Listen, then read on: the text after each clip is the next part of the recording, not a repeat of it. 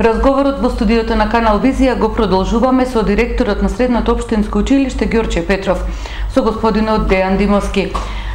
Училиштето Ѓорче Петров меѓу прилепчени познато како медицинско училиште.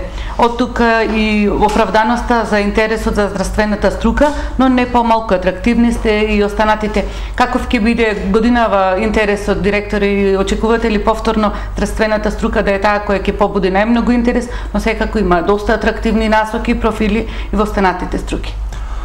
Годините наназад покажуваат дека токму учениците ја избират здравствената струка, но не помалку, како што кажавте и вие, атрактивни се и останатите струки. Пред се би сакал да ги спомнам личните услуги кои што за девојчињата се и како привлечни, таму каде што се козметичарите. Тоа е козметички техничар со 4-годишно образование. И навистина тие паралелки излегуваат силни ученици и можеме да се пофалиме дека после завршувањето на средното образование отворат и самостојно дујќан или козметички салони каде што нудат услуги. Исто така, тука мораме да ја спомнеме и одличните услуги профилот фризер, кој што е со 3-годишно образование. Знаете, од годинава имаме и нови услови кај што на учениците им се нудат подобри можности за изведување на практичната работа. Исто така можам да ја спомнам тука текстилно-кожарската струка и профилот конфекцијски техничар, каде што учениците во една добро оправена работилница ги изведуваат сите работи кои што се зададени од страна на професорите кои што се стручно обучени за таа намена. Потоа тука е рударско-геолошката струка со профилот рударско-геолошки техничар, каде што учениците покрај теоријата се сретнуваат и со пракса, тоа е исцртување на карти, запознавање со сите украсни камења кои што и тоа како во голем број ги има во околината на Прилеп. Секако и дрвопреработувачката струка, која што нашето училиште нуди големи работилници со голем број на машини каде што може да се изведуваат овие практични работи. И на почетокот вие спомнавте здравствената струка, каде што ги имаме трите профили, а тоа е медицинска сестра, физиотерапевски техничар и фармацевско-лабораториски техничар, кои што навистина запишуваат ученици со најголем број на бодови, а таму е потребно 70 бода на првиот уписен рок да ги имате, за да можете да учите во тие паралелки. Со што е важно учениците да одберат стручно училиште и што покажува досегашната пракса и искуство? Колку тие успеваат после завршувањето на стручното училиште да се вработат, односно да може да бидат еден стручен кадар кој што ќе се најде на пазарот на трудот? Па знаете како се вели, онолку колку што ќе вложиш, толку и ќе ти се врати. Значи, доколку вие сте добар ученик и се запознавате со сите содржини кои што се нудат во училиштето, како теоретски, така и практични, ќе можете да размислувате дека самостојно можете да отворите таков еден бизнис кој што понатаму ќе можете да обстојувате со своето семејство и се друго. Меѓутоа, и сами спомнавте зошто баш во стручните училишта. Со завршувањето на стручното училиште вие можете да се запишете и на факултет, значи вертикално да продолжите со своето образование. Не завршувате тука. Добар дел од учениците кои што се решиле да полагаат државна матура имаат право да се запишат и на факултетите. Значи своето образование го продолжуваат како високо образование, па продолжуваат како стручњаци, инженери во своите области. Имаме успешни секако ученици кои што завршиле средно образование, отвориле бизниси, но имаме и такви кои што продолжиле на факултетите и денес се гордееме со нив. Не мора да значи дека со завршување на нашето училиште мора да продолжат во истата струка, можат да ја променат, меѓутоа повеќето продолжуваат на истата. Во изминатиот период доста вложивте во опремувањето на кабинетите, односно практично во реализирањето на таа практична настава, која што значи и занает. Да, како што и сами спомнавте, значи ние сме се определиле да бидеме стручно училиште и токму од тие причини мораше да вложуваме во капацитетите за изведување на практична настава. Знаете дека отворивме еден центар во кој што се изведува практичната настава. Таму направивме еден нов фризерски салон кој што е навистина модерен и мислам дека е еден од подобрите можеби во градот. Потоа направивме за физиотерапевтите на просторија во која што учениците можат да изведуваат практични и теоретски вежби од областа на физиотерапијата и направивме една лабораторија која што досега ја немавме, ги користевме услугите на Заводот за здравствена заштита, таму изведувавме, значи, практичната работа кај фармацевтите, но од годинава сето тоа е решено и работиме во навистина модерни услови за изведување на практична настава. Тука би сакал да го спомнам и новиот кабинет за изведување на пракса ке козметичарите.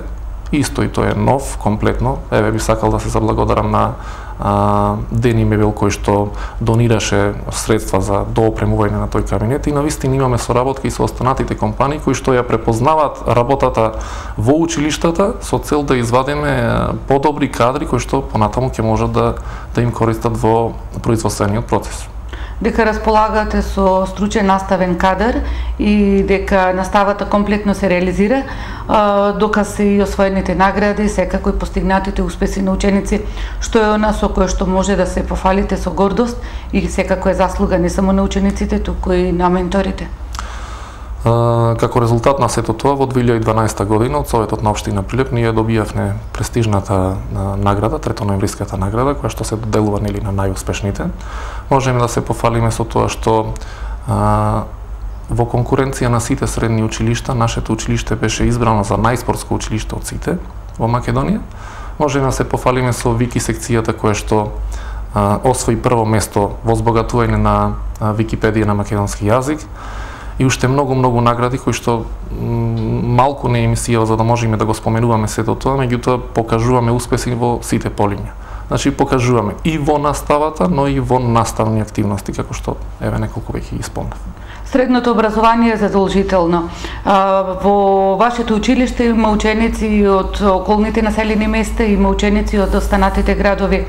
Тоа значи дека и ова година сте отворени за сите оние завршени осмоделенци кои сакаат своето образование да го продолжат во Средното општинско училиште Ѓорче Петров.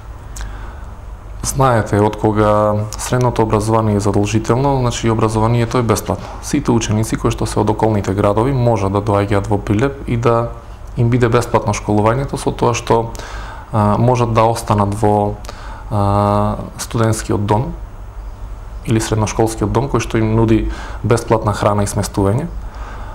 Сме имали искуство со работа со такви ученици и верувајте покажуваат завидни резултати. Можам да ги спомнам учениците од Битола кои што доаѓаат во фризерската струка, навистина покажуваат завидни резултати. Ние години наназад сме работеле токму со тие ученици, сме се представувале пред модни реви, сме се представувале таму каде што има избор за најдобра фризура и сме оставувале секогаш први место. Можеби не го спомнав тоа претходно кога ме прашавте за награди, меѓутоа еве сега ме потсетивте и на тоа.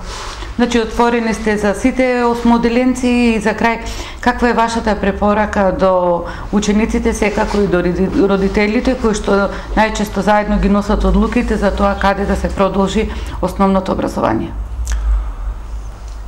Родителите и учениците се сами кои што бират. Во нашиот град навистина има многу струки и профили кои што ги нудат, сами нека изберат кое училиште е примамливо за нив.